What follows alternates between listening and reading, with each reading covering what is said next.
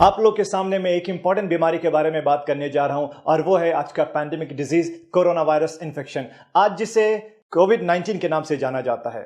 ये pandemic disease जिसे हिंदी में महामारी कहते हैं। आप लोगों ने सुना होगा किसी जमाने में कि पूरे मुल्क में हैजा फैल गया है या पूरे मुल्क में प्लेग फैल गया है। ये सब अपने आप में एक महामारी थे। उसी तरह से आज के टाइम की महामारी ये कोरोना वायरस डिजीज है।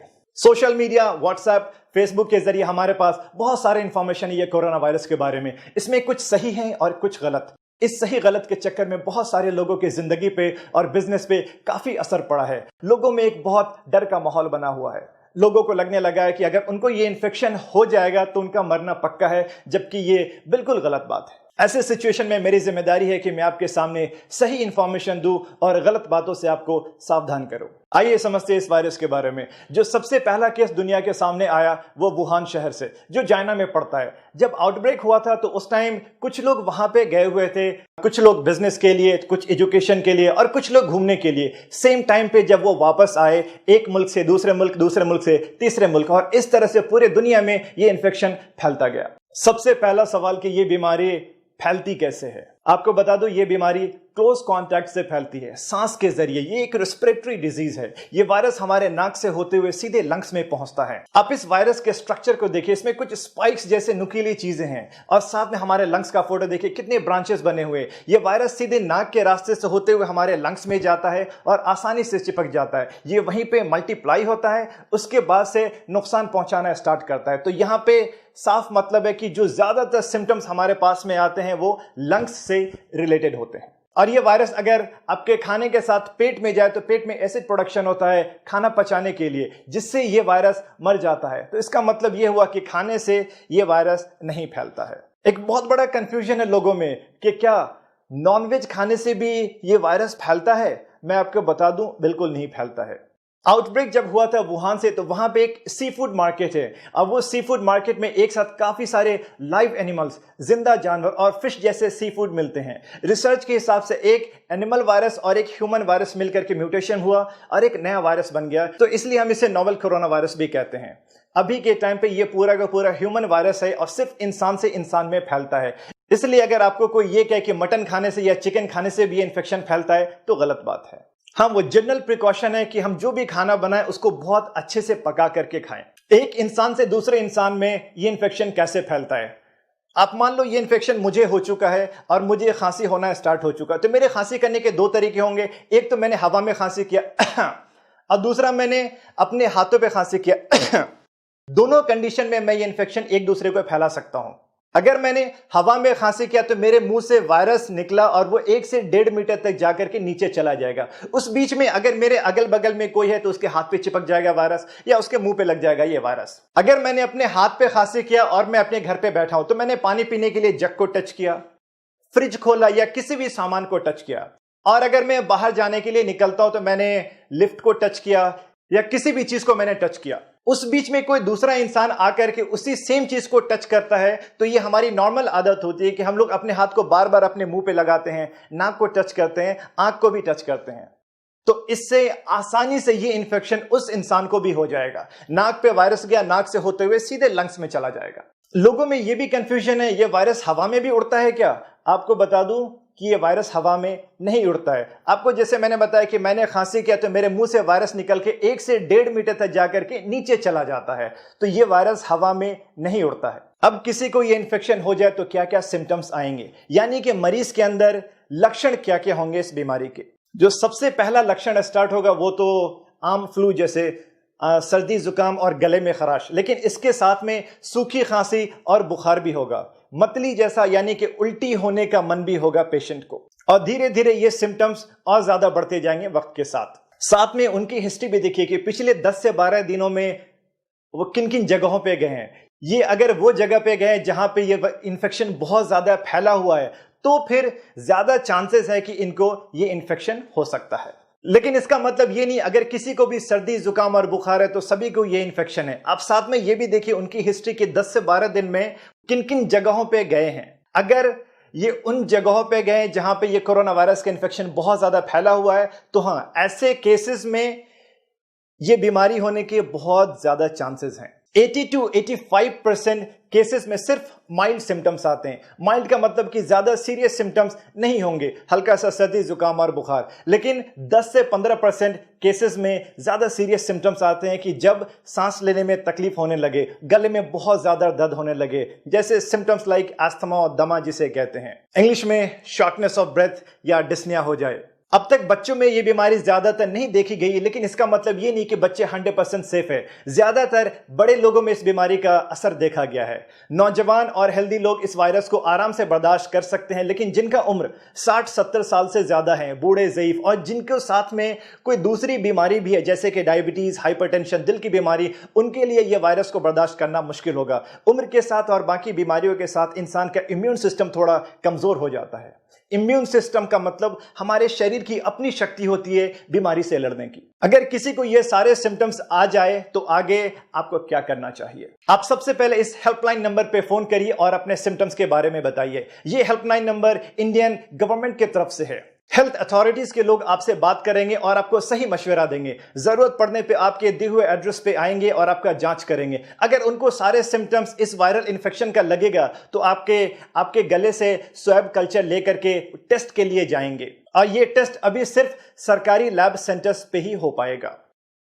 फोन नंबर के अलावा हर स्टेट में कुछ खास सरकारी हॉस्पिटल है जिसे इस वायरल इन्फेक्शन का स्पेशल सेंटर बनाया गया, आप वहां पे जाइए। आपका टेस्ट अगर के पॉजिटिव आ जाता है तो उसके बाद में क्या होगा? सबसे पहली बात, आपको बिल्कुल भी नहीं घबराना है, बिल्कुल भी नहीं डरना है। 80 to 85%, 80 से 85% लोगों में सिर्फ माइल्ड सिम्टम्स आते हैं, हल्के सिम्टम्स। अगर सिम्टम्स जरा सा है तो आपको एक स्पेशल वार्ड में आइसोलेट कर दिया जाएगा 2 हफ्ते के लिए, जहां पे आपका सिम्टोमेटिक इलाज चलेगा। अगर किसी को बहुत ज्यादा दिक्कत हुआ सांस लेने में तो उनको आईसीयू में रखा जाएगा, जहां पे वेंटिलेटर की सुविधा भी उपलब्ध होगी, जो कि सिर्फ 10 से 15% लोगों में हो रहा है। आपको जब मैंने 2 हफ्ते के आइसोलेशन के बारे में बोला तो आइसोलेशन को मैं अच्छे से समझा दूं। आइसोलेट होने का नाम सुन के लोगों में एक डर सा बन गया है। उनको लगने लगा है कि 2 हफ्ते के लिए उन्हें जेल में बंद कर दिया जाएगा या पूरी दुनिया से उनको अलग कर दिया जाएगा, और इस डर की वजह से वो ना तो किसी हॉस्पिटल में जा रहे हैं और ना ही किसी डॉक्टर से मिल रहे हैं। आपने सुना होगा कि जो सस्पेक्टेड मरीज थे कोरोना वायरस के, यानी जिनके अंदर ये सारे सिम्टम्स आ रहे थे कि इनको शायद ये इन्फेक्शन हो सकता है, और डॉक्टर ने उन्हें एडमिट होने के लिए या आइसोलेट होने के लिए बोला और वो मरीज वहां से भाग गए। प्लीज ऐसा मत करिए। आइसोलेशन का मतलब है कि आपको एक खास रूम में 2 हफ्ते के लिए रखा जाएगा, निगरानी में। दूसरे लोगों से कांटेक्ट नहीं होने दिया जाएगा। जरूरत पड़ने पे आपको उसका सिम्टोमेटिक इलाज दिया जाएगा। यह वायरस का इन्फेक्शन ही क्लोज कांटेक्ट से होता है। आप अपने आप को आइसोलेट करके दो सबसे बड़ा काम कर रहे हैं। एक तो बिल्कुल सही टाइम पे आपका इलाज स्टार्ट हो गया, दूसरा आपसे किसी और को यह इन्फेक्शन नहीं फैलेगा। आपके 2 हफ्ते आइसोलेट रहने से सैकड़ों लोगों की हिफाजत होगी, आपकी अपनी फैमिली की हिफाजत होगी, और 2 हफ्ते के बाद आप अपनी आम जिंदगी सेहतमंद होकर के बिल्कुल नॉर्मली गुजार सकते हैं। इस बीमारी का इन्फेक्टिविटी रेट और डेथ रेट कितना है? आइसोलेट होने पे जब इतना फोकस किया जा रहा है तो उसकी सबसे बड़ी वजह है इसका हाई इन्फेक्टिविटी रेट, यानी एक इंसान से दूसरे इंसान में बहुत तेजी से फैलता है। सबसे पहला केस दुनिया के सामने दिसंबर 2019 में आया था, लेकिन आज 21 मार्च के सुबह तक पूरी दुनिया में 2,75,000 से ज्यादा लोग इन्फेक्टेड हो चुके हैं। इंडिया में 235 लोग का केस अब तक पॉजिटिव हो चुका है, और सस्पेक्टेड केस और भी बहुत ज्यादा है। लेकिन एक अच्छी बात यह है कि इसका डेथ रेट 4% से भी कम है, यानी कि अगर 100 इंसान को इन्फेक्शन हो जाए तो डेथ सिर्फ 3 या 4 लोगों में हो रहा है। और वो 3-4 लोग जो इन्फेक्टेड है वो भी जो ज्यादा बूढ़े, ज़ईफ हैं या जिनकी इम्यून सिस्टम बहुत ज्यादा कमजोर है। आपको अगर ये इन्फेक्शन हो जाए तो उसके बाद आपका इलाज कैसे होगा? अगर आपको सिम्टम्स नहीं है तो आपको होम आइसोलेशन के लिए मशवरा दिया जाएगा। अगर माइल्ड सिम्टम्स है तो आपको एक स्पेशल वार्ड में आइसोलेट किया जाएगा, जहां पे आपको निगरानी में रखा जाएगा और सिम्टोमेटिक इलाज दिया जाएगा।